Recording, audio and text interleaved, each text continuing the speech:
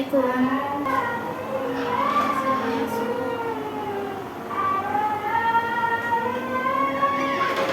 Naila, silakan masuk masuk.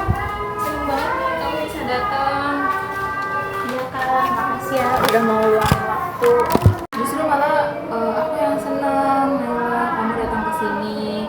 Ini emang waktunya buat kamu. Mau minum dulu gak? Aku ada air putih loh. Gak usah kak, makasih. Oke. Gimana perjalanan ke sini? Jauh gak? Gak jauh kok kak, dari kosan jalan kaki aja. Oke. Berarti deket dong ya. Alhamdulillah deh kalau emang kayak gitu ya. Kamu ini kelihatan kayak agak capek ya? Atau emang itu ekspresi normalnya kamu? Iya kak, agak capek sih. Tidur malam tadi juga gak nyenyak. Oh, sampai nggak nyenyak ya tidurnya. Oke, nanti kita cerita ya soal itu. Tapi sebelum kita mulai ngobrol lebih dalam, aku mau jelasin beberapa hal dulu ya, buat kamu nyaman. Iya kak. Oke, jadi gini, apapun yang kamu ceritakan di sini, itu aku jaga sepenuhnya. Nggak akan aku sampaikan ke siapapun, ke teman-teman kamu, terus ke dosen, ke orang tua, siapapun tanpa izin dari kamu. Terlebih dahulu ya, izin terlebih dahulu dari kamu. Ini ruang yang aman banget buat kamu. Jadi gimana, Naila? Kamu percaya dan merasa aman belum? Iya kak, percaya, makasih. Oke, bagus. Terus waktu aku ngajak kamu ketemu kemarin, kamu sendiri yang mau ya? Nggak ada yang maksa atau nyuruh? Gak ada kak, emang aku sendiri yang pengen cerita. Oke. Nah, itu yang aku suka. Kamu tuh punya keberanian buat datang sendiri. Itu hal yang nggak semua orang nggak semua orang mau lakuin loh. Jadi aku cukup apresiasi itu ya. Biasa aja kak. Nggak biasa kok, emang serius itu, emang nggak semua orang bisa. Oke, jadi hari ini kita punya waktu sekitar 20 menit ya, Naila. Kita ngobrol santai aja, nggak ada yang perlu kamu takutkan, nggak ada jawaban yang salah. Aku di sini itu bukan buat ngejudge kamu, aku di sini buat dengerin dan bantu kamu mikir bareng ya. Oke kak.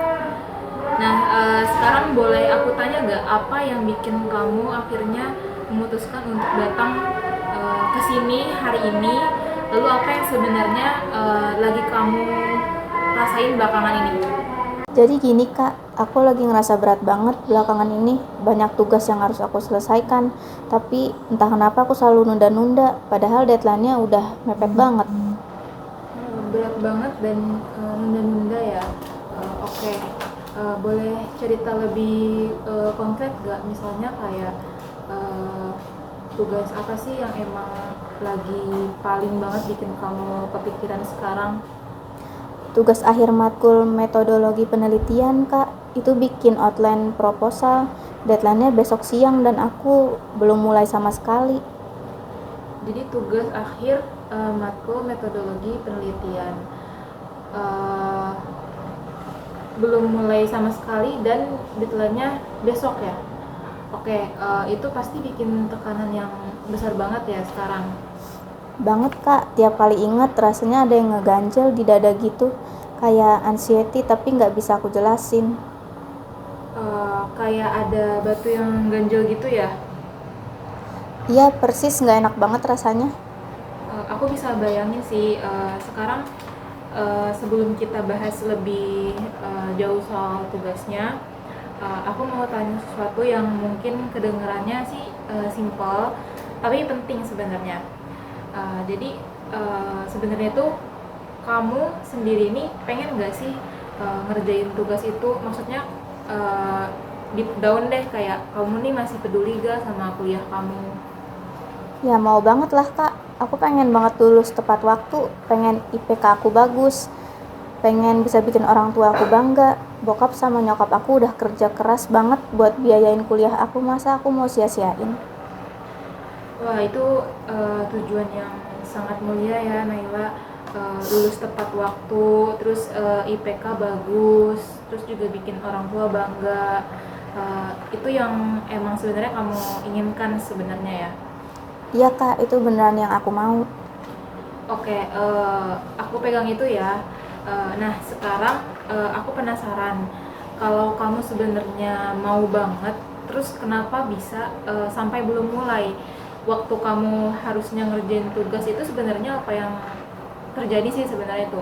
Ceritain ke aku dari awal banget. Jadi biasanya aku buka laptop kak, udah niat banget, terus aku buka file tugasnya, baca instruksinya, terus tiba-tiba ngerasa ini banyak banget, gimana mulainya, harus nulis apa dulu. Aku ngerasa overwhelmed banget dan hitungan detik, terus aku ambil HP. Terus sambil HP, main HP itu apa? Buka Instagram, scroll-scroll, atau buka YouTube, nonton video yang sebenarnya nggak penting-penting amat. Terus nggak kerasa satu jam udah berlalu, 2 jam, terus aku ngerasa udah males nih. Terus ya udah besok aja deh, tapi besoknya sama aja.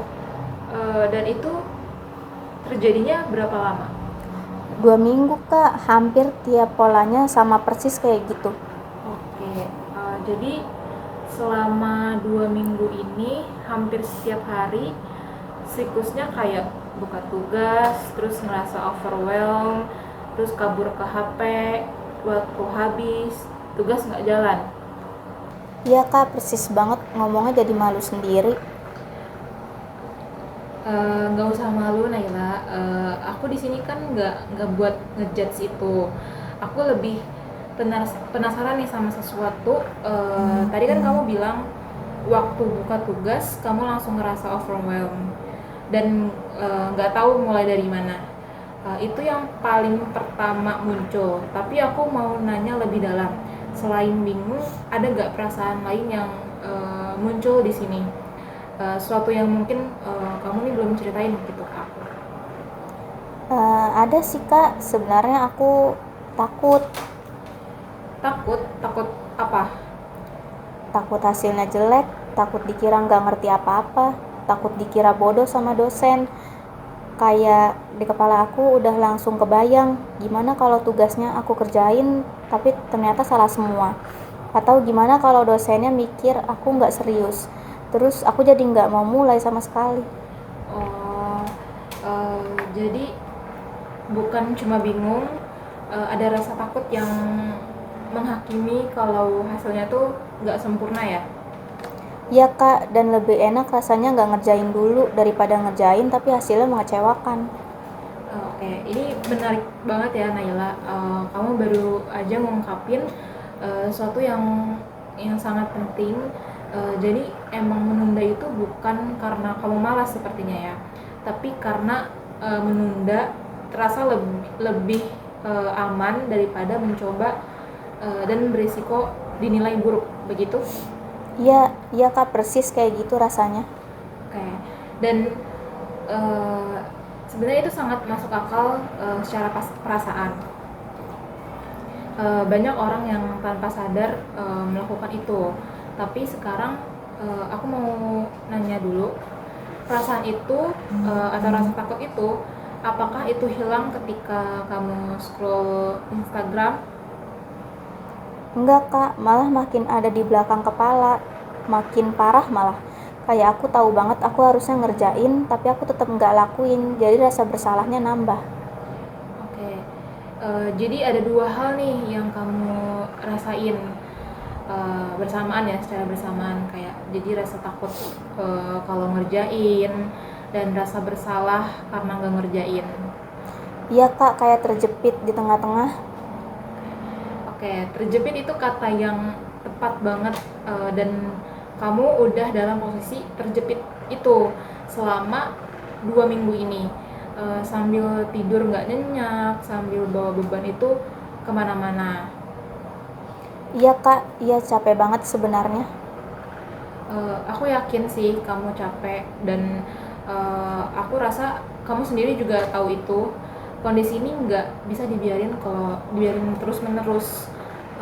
Kita lanjut gimana? Iya kak.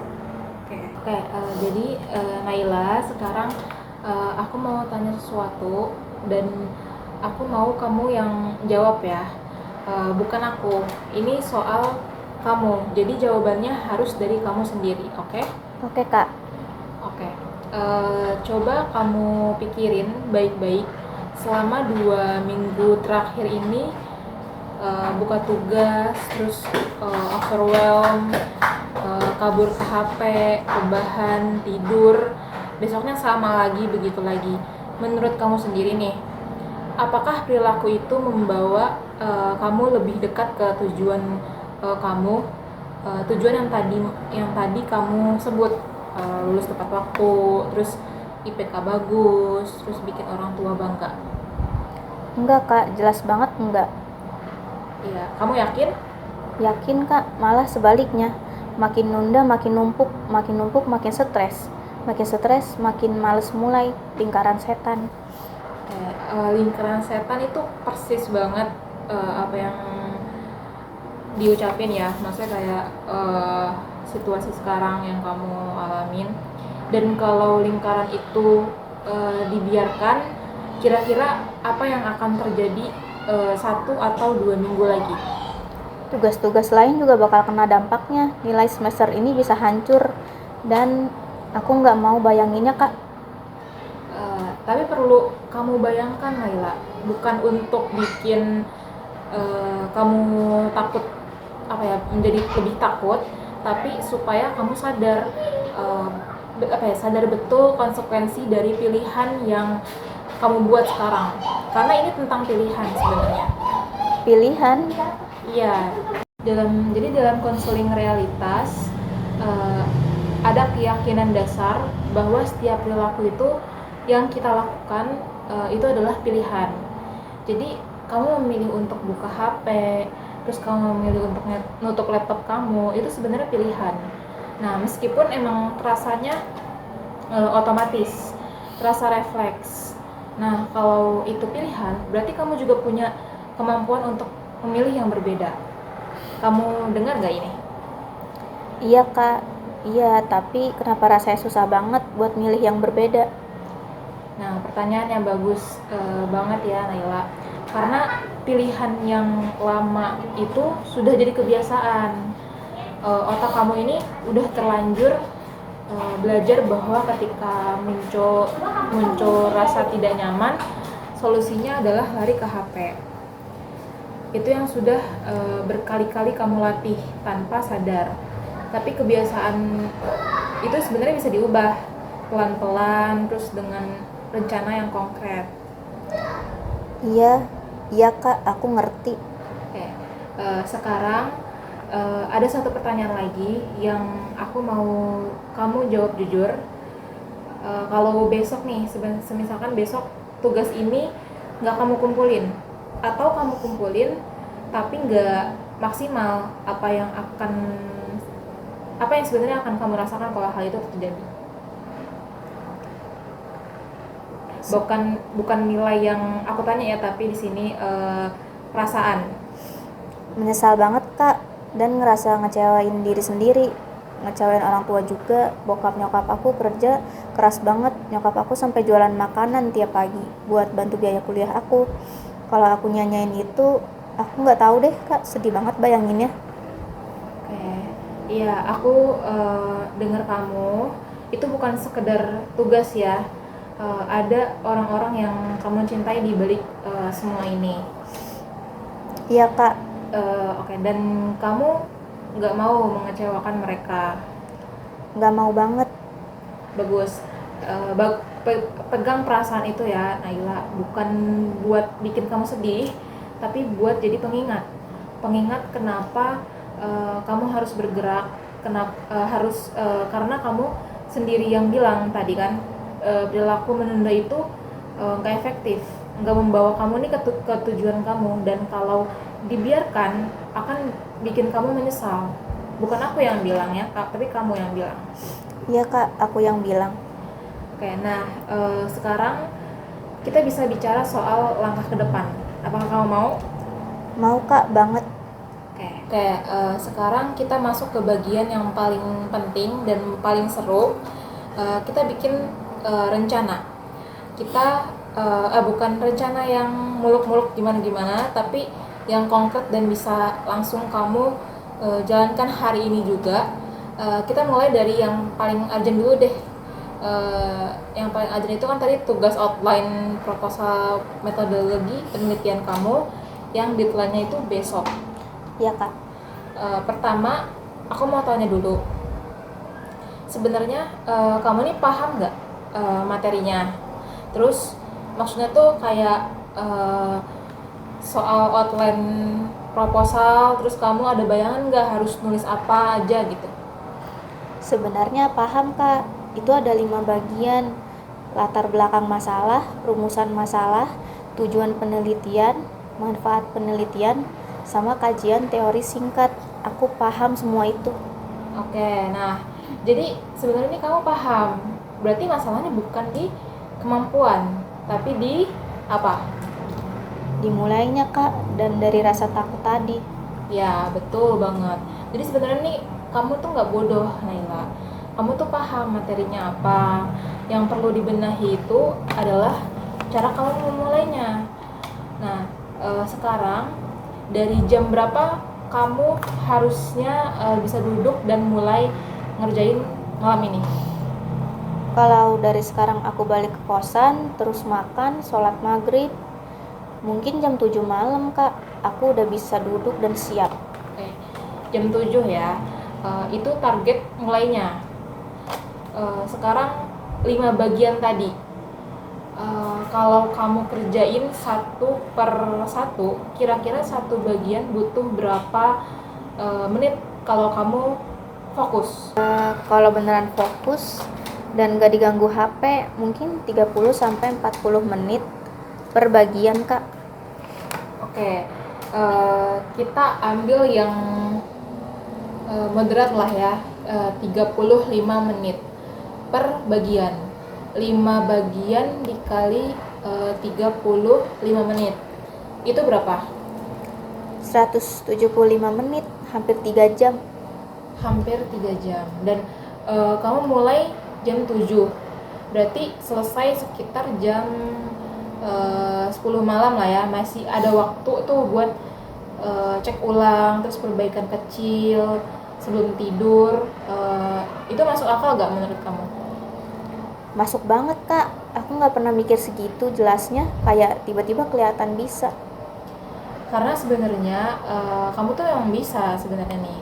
Otak kamu yang panik itu melihatnya sebagai satu gumpalan besar yang menakutkan, tapi waktu dipecah jadi bagian-bagian kecil, tiba-tiba jadi kelihatan nyata dan bisa dikerjakan. Itu namanya chunking atau memecah tugas besar jadi potongan yang lebih kecil. Wah, bener banget Kak. Oke. Nah, sekarang pertanyaan penting berikutnya. Kamu bilang tadi bahwa gangguan terbesarnya adalah HP. Apa yang akan kamu lakukan soal HP malam ini? Mungkin aku matiin notifikasinya ya Kak, atau taruh HP di tempat yang agak jauh, jadi nggak gampang langsung jangkau. Oke, bagus. Itu langkah yang sangat strategis. Penelitian juga bilang bahwa sekedar menaruh HP di luar jangkauan tangan ini, meskipun masih di ruangan yang sama, sudah meningkatkan fokus secara signifikan. Jadi bukan cuma di silent aja HP-nya, tapi jauhin fisiknya juga gitu. Oke Kak, itu bisa aku lakuin. Terus satu hal lagi, tadi kamu bilang kadang di tengah ngerjain di tengah ngerjain itu muncul rasa overwhelm, terus pengennya kabur. Nah, kalau ini terjadi lagi malam ini, katakanlah kamu lagi ngerjain bagian kedua lah, tiba-tiba kepala mulai mumet nih, terus kamu pengen buka HP. Nah, kamu akan ngapain? Mungkin aku berhenti sebentar, tarik napas, terus aku ingetin diri sendiri kenapa aku ngerjain ini. inget bokap nyokap. Ingat bokap nyokap itu sebenarnya powerful banget ya Naila ya. Itu anchor kamu nih, titik tambatan kamu supaya nggak hanyut. Setiap kali rasa overwhelm itu datang lagi, kembali ke sana. Terus boleh juga kamu tulis nih di secari kertas kecil, terus tempel di depan laptop kamu. Satu kalimat yang mengingatkan kamu kenapa ini penting. Kamu mau coba ini gak? Mau Kak, itu ide yang bagus banget. Oke. Jadi sekarang kita rangkum rencana malam ini ya. 1, jam 7 kamu duduk di meja belajar, buka laptop, buka file tugas. Lalu yang kedua, HP kamu taruh di tempat yang agak jauh, lalu notifikasinya juga dimatiin. Terus yang ketiga, kamu kerjain 5 bagian, masing-masing sekitar 35 menit, satu per satu tuh ya. Lalu yang keempat, kalau di tengah jalan panik, overwhelm datang lagi, terus kamu mau kabur, kamu tarik nafas dan ingat alasan kamu. Lalu yang kelima, selesai sekitar jam 10 ya tadi kurang lebih, kamu cek ulang, lalu istirahat. Bisa gak kamu komitmen sama rencana ini? Bisa Kak. Oke, bisa ya. Ini bisa yang yakin atau bisa yang masih ragu nih? Yang yakin Kak, bisa. Nah gitu dong. Kalau gitu sekarang satu pertanyaan terakhir deh soal rencana. Kalau misalkan besok tugasnya emang sudah dikumpulin dan semisalnya hasilnya nggak sempurna, apa yang akan kamu lakukan? Apakah kamu akan menghakimi diri sendiri habis-habisan? Sebaiknya enggak sih Kak. Aku harusnya lebih bisa nerima bahwa aku udah usaha. Oke. Ini udah bagus banget ya, karena done is better than perfect. Tugas yang dikumpulin dengan usaha, betapapun tidak sempurnanya, jauh lebih baik dari tugas yang tidak dikumpulin karena terlalu takut salah. Dan dari situ kamu bisa belajar untuk tugas-tugas berikutnya. Setuju? Setuju banget Kak. Naila, waktu kita ini udah hampir habis. Tapi sebelum kita tutup, aku mau merangkum dulu apa yang udah kita bahas hari ini, ya. Biar kamu bawa pulang tuh dengan kepala yang jernih. Iya Kak. Oke. Jadi kamu datang hari ini dengan beban yang berat, dimana tugas deadline besok, terus 2 minggu kebiasaan menunda, terus rasa takut dihakimi kalau hasilnya nggak sempurna, dan rasa bersalah yang bikin tidur kamu tuh nggak nyenyak. Nah, kamu udah ceritain semuanya dengan sangat terbuka, dan aku sangat berterima kasih untuk itu. Iya Kak. Dari obrolan kita tadi, kamu sendiri yang menyadari dan menyatakan bahwa kebiasaan Anda itu nggak efektif, nggak membawa kamu ini ke tujuan yang kamu inginkan. Kamu sendiri yang mengevaluasi itu ya, bukan aku yang bilang kamu salah. Iya Kak, aku yang bilang. Oke. Dan kamu sendiri yang menyusun rencananya tadi, kayak jam 7 mulai, terus HP jauh, terus 5 bagian, 35 menit per bagiannya, terus anchor ke orang tua kalau mau nyerah. Itu rencana kamu, bukan aku yang bikin. Iya, baru nyadar Kak, aku yang bikin rencananya sendiri. Karena kamu yang paling tahu diri kamu sendiri ya Naila. Aku cuma bantu kamu untuk melihat dengan lebih jernih. Dan satu hal yang aku mau kamu bawa pulang hari ini, bukan tugas, bukan rencana jam 7, tapi kamu bukan orang yang malas. Kamu adalah orang yang selama ini takut gagal, dan itu sangat manusiawi. sangat-sangat manusiawi. Tapi hari ini kamu udah mulai mengambil kendali kembali. Itu butuh keberanian. Seperti itu. Makasih banget Kak, serius aku ngerasa jauh lebih lega setelah ngobrol sama Kakak dan kayak lebih tahu harus ngapain sekarang. Aku senang dengarnya dan ingat juga ini bukan percakapan terakhir kita ya, Naila. Aku mau tanya kabar kamu besok, gimana hasilnya, bagaimana perasaan kamu setelah gimana hasilnya besok ya. Terus juga bagaimana perasaan kamu setelah ngumpulin tugas. Boleh ya aku follow up? Boleh banget Kak, senang malah ada yang ngecek. Oke. Dan kalau di tengah jalan, semisal kamu ngerasa berat lagi, mau sekarang, mau besok, mau minggu depan, pintu aku ini selalu terbuka buat kamu. Nggak perlu nunggu sampai kamu overwhelmed dulu baru datang, ya. Iya Kak, makasih banyak ya. Oke, sama-sama. Sekarang kamu pulang dulu aja, makan makanan yang enak dulu, terus istirahat sebentar, dan nanti jam 7 kamu duduk di meja kamu dan kamu buktiin ke diri kamu sendiri bahwa kamu bisa. Bukan buat aku loh ya, tapi buat kamu, buat dosen kamu juga, terus juga dan buat tadi bokap nyokap kamu yang udah kerja keras selama ini gitu. Siap Kak, aku bakal lakuin, makasih banyak. Semangat ya Naila, aku percaya sama kamu.